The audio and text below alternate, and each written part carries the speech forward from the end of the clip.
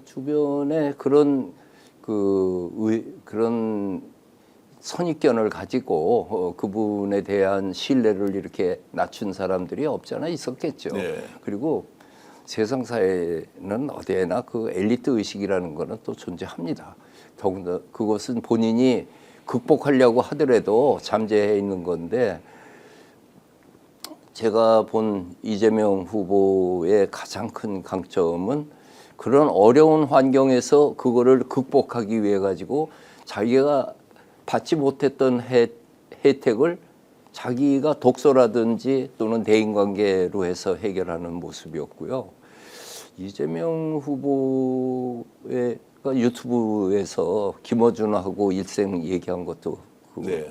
봤고, 내가 이재명 후보가 참 훌륭하다라고 딱 생각했던 거가 이런 데서 얘기해도 되나? 3프로 TV에 나와서 증권에 대해서 얘기하는데 그 3%가 견디지를 못할 정도로 다 제시하지 않습니까? 저는 이것은 경륜의 지식입니다. 난 그렇게 생각을 했습니다. 문제를 인지하는 것뿐만이 아니라 이것을 어떻게 풀어나갈지에 대한 해안을 가지고 있다는 정도. 거죠. 그러면서 이제 그러면 준비된 대통령이다. 오히려 준비된 대통령 단어는 김대중 시대에 저희들이 들었던 얘기를 실제로 이재명 후보가 대통령이 되면 국가 경영 잘할 것 같습니다. 그렇습니까? 정말 잘할 것 같습니다. 어떤 면에서 그렇게 잘한다는 확신을 좀 갖고 계시는지요? 굉장히 실사구시적이고 실학적인 그런 입장에서 그 이야기를 하시는데, 지난번에 경제 5단체장 상공회의소 의장 전경련 회장 5분하고 그 토론회 한 거 보면은 다 들고 난 다음에 우리가 그동안에 반도체에서 전자, 조선, 자동차 가지고 이렇게 경제를 일으켰지만은 새로운 것을 우리가 개발하는데 당신이 첫 번째 생각하는 거는 재생에너지 산업이다.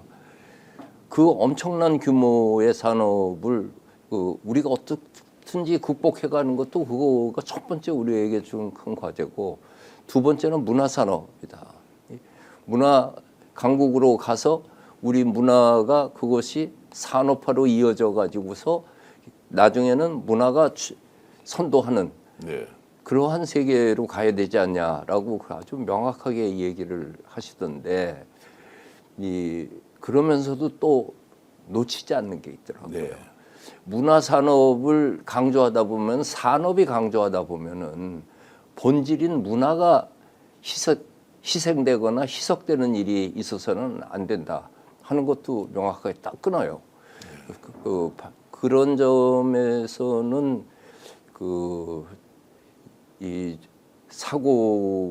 사고가 굉장히 튼튼하면서 유연성이 있다는 걸 알 수 있죠. 균형 감각이 있잖아요. 네. 대한민국에서 문화를 전통 그리고 우리는 멀리 떨어져 있는 일종의 공부해야 되는 것 정도로만 인지하고 있을 때 유홍준 위원장님께서 대중화를 이렇게 정말로 문화유산 탑승기를 통해서 역사적인 사실 이제 성과를 내주셨는데, 이재명 후보가 이제 문화를 산업으로 이제 연결하는, 그래서 지금 맡고 계신 데가 K문화강국위원회 위원장이신데, 그러면 이재명 후보가 갖고 있는 지금 문화강국으로 가는 길 기본 방향은 어떻게 잡고 있는 겁니까? 이재명 후보가 내가 직접 들은 건 아닌데 당신이 진짜 캐치프레이즈로 내세우고 싶은 거는 문화 강국이었답니다. 내란을 극복하고 경제를 살리고 한 궁극적인 목표는 문화 강국으로 가는 건데, 주변에 있는 그 캠프 참모들이 그건 선거 공약 1번으로 내세운 건 너무 한가하니까 그거는 속마음으로 갖고 그걸로 추진하라고 그렇게 해서 그걸 앞으로 안 냈지만, 지난번 제주 유세 때도 그렇고 곳곳에서 그 유세하별은 문화강국 얘기를 하잖아요. 백범김구 선생 얘기에서부터 지금 문화강국으로 가는 것은 우리가 지금 이미 문화강국이 돼 있어요. 한류가 지금 퍼져나가 있는 것이 상상을 초월할 정도로 나가 있죠. 근데 우리가 발전돼 있는 거는 이 부각돼 있는 것만 보지 그 밑에 깔려 있는 여러 가지의 어려움이나 모순 같은 거는 안 드러나잖아요. 그것을 우리가 이제 그 찾아가지고 조절하는데 오늘 그 어저께네요. 어저께 그 문화 강국을 위한 여러 세미나 하는 중에 어저께 한 거는 이 인문학과 책문화입니다. 네. 이건 문화 강국의 인프라가 여기에 있는데 네. 이때 토론에 나온 사람들이 인문학자하고 그 출판인 도서관 사람들 얘기가 대한민국 대통령 역사상 인문학이라고 하는 것을 내건 거는 처음 보는 것 같아 너무 고마워서 왔다는 겁니다. 네.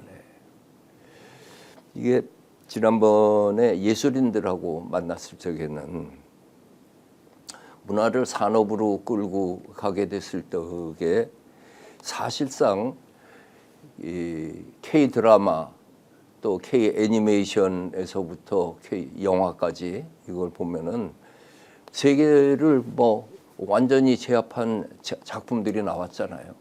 근데 그러한 작품을 쓸 수 있었던 배경은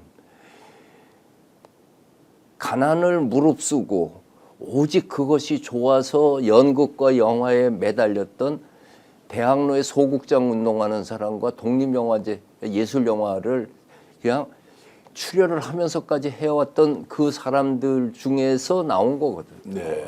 배우도 거기서 나오고 네. 대본 쓰는 사람, 시나리오 작가도 거기서 나오거든요. 그러면 계속해서 우리 K컬처가 나갈 적에 잘 나가는 사람을 도와줄 필요는 없잖아요. 지가 알아서 가는데요. 그런 인프라에 있었던 사람들이 더 왕성하게 활동할 수 있게 도와줘야 된다.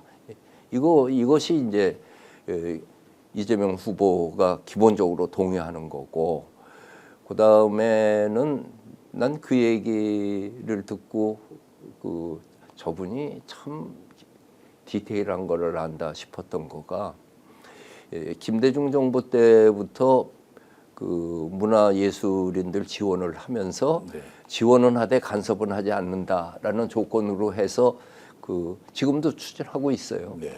그랬는데 딱풀 500원짜리 하나도 영수증이 있어야 인정해 주는 거는 그건 지독한 간섭이거든요. 근데 그 문제를 이재명 후보가 이렇게 얘기하더라고요. 뭐 3% 내지 5% 엉터리 뭐 부실한 게 있을까 봐 그런 걸로 규제를 하는데 그 3%와 5%의 엉터리 때문에 95%, 97%가 생고생을 하는 게 이거는 모순 아니냐. 오늘 방송 어떠셨습니까? 마음에 들었다면 구독, 좋아요로 스픽스를 응원해 주십시오. 여러분들의 구독, 좋아요는 가장 큰 힘이 됩니다. 스픽스 구독, 좋아요.